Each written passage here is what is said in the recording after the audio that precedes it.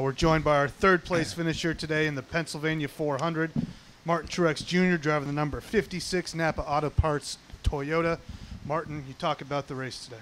Yeah, it was a good race for Napa Toyota. We had a pretty good car all weekend long, and we really didn't have a greatest qualifying run yesterday, and that kind of hurt. We, once we got going out there, the last couple runs of the race, we were the fastest car on the track, and the car was really, really good today. We just obviously we got a little bit lucky there, and I do where a lot of guys are wrecked. But before that, we'd been catching a lot of those guys, and I was really, really, really hoping for a shot at the restart there, being second. I would have been second. The 5 had a flat. He was going to have to pit, and we were really fast at the end. But all in all, a great day for our Napa team. Chad and the guys did a good job, and we were sitting there running, 8th or 9th, and really, really fast, and I had a really good car today. So it was a good day for us, and got to thank all the guys at NWR and everybody at TRD. They've been bringing some new engines the last couple of weeks, and it's really helped a bunch. So everything's good, and good fun race out there, and ended up with a good finish. Take questions now. We'll start with David in the back. Mike right here. David Caravella, NASCAR.com. Martin, was it inevitable that last restart was going to be crazy, given everybody was watching the radar and everybody knew they had to go now? Well, for sure, yeah. And the biggest thing was nobody took tires. We were all trying to save fuel because we knew the rain was coming, and a lot of guys had stuff all over their tires. Everybody was throwing rubber off their tires for the last lap, trying to get them cleaned up before we took the restart. So all that stuff combined into those guys going off into one, and just all of them looked like they took off up the track. And fortunately, I was the third guy that didn't slide. The 24 to 5 and me, we all went down in there and stuck. So I guess it's just one of those deals where you're just trying to save fuel, and you don't have a lot of time to get the tires cleaned up. When you're on the inside going into one side by side, you're the car on the inside. The car on the outside tends to, no matter what track it is, take the air off the guy on the inside and make him loose. Yeah. Oh, absolutely. Did you see that at all with the 48 and 17, or is that just general? No, I didn't. I didn't see those guys. I seen the 2, and whoever was outside of him go off in the corner. And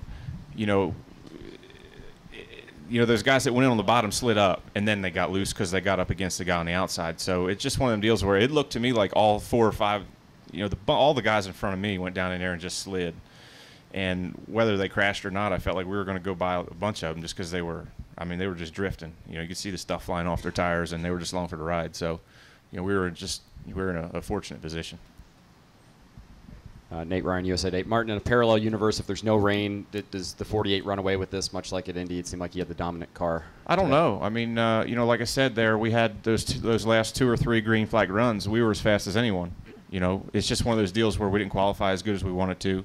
We were off a little bit at the start, and we were too far back to obviously run him down. Now obviously he probably would have if we hadn't had a bunch of cautions run away with it. But, I feel like, with us having a chance of being as fast as he was, that there's chances for other guys to be that fast as well. And, our car wasn't perfect, and they were telling me I was the fastest car on the track. I'm like, wow, that's pretty cool. So I don't think that, it's just one of those deals where those guys are really good at hitting it right. They hit it right more than most. And to run with him, you got to be on your game. Candace Smith, motorsportsunplugged.com.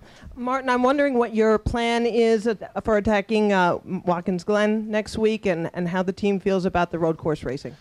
I'm looking forward to it. I always look forward to road courses, especially Watkins Glen. I've had a lot of really good runs there, a lot of great finishes, and we were right there in the mix, for the lead last year with a few laps to go. I think we run 3rd or 4th, so I always enjoy going up there. That's a place where I grew up running the North Series, and remember going up there with my father and stuff years ago. So that's one of those special tracks for me, kind of like coming here, going to Dover or New Hampshire. That's one of my tracks that I grew up going to. So always enjoy it, love the road racing, especially at Watkins Glen. Looking forward to it. All right, we'll take 2 more, Newton, and end with Caravella. Yeah, Martin, David Newton, ESPN.com. Jeff's been having really bad luck all year, and you've probably seen some today. of that. Yeah, I was going to say, but is he a guy that if he can slide in the chase because he's back in contention now, that he'd be a threat? Absolutely. Yeah, it's Jeff Gordon. Look what he's done. 4 championships. He's, all this year, even though he's had a lot of bad luck and a lot of things happen, he's been fast, especially lately. He's been very competitive, and I felt like we were maybe a little bit better than he was today, but. Just one of those deals, and if he can get 2 wins, maybe even 3. That team is capable of it. Jeff's obviously capable of winning it at any given time. So I wouldn't count him out until we got there, that's for sure. Martin, a good day for you, a pretty good day for Clint with 5 races left until things get pretty real. Where do you feel like you guys are? Right Yeah, now? man. I mean, I'm just so proud of the team, for what we've done, what we've accomplished. This is a big deal for us, and to be wherever we're at, we're in pretty good shape. To have Clinton there, to have Mark and Brian and Michael all doing what they've done in the 55, it's been just an awesome team effort all year. It's been a pleasure to work with those guys, and everybody at the company has just done a phenomenal job getting our cars better. I mentioned TRD earlier. They've been such a huge part of this process for us, of getting our cars better, getting our engines better. All that stuff really goes into it. You can't do this without good equipment and good people, and just got to thank Michael and Rob for what they've done to allow us to get to this point. Clint and Mark have been awesome teammates all year long, and I feel like we're in a good place. We had great speed today. We had good speed last week, and we're still not exactly where we want to be, and obviously we'd like to get in victory lane. And I felt like if we could have had a shot at the restart today, we may have a shot at it. We were very fast at the end, but we're just going to keep pushing forward, keep digging, and hopefully get a win before the chase starts, and hopefully we can make some noise once it does start. Great. Thanks a lot for coming in. Thanks, today, Mark. guys.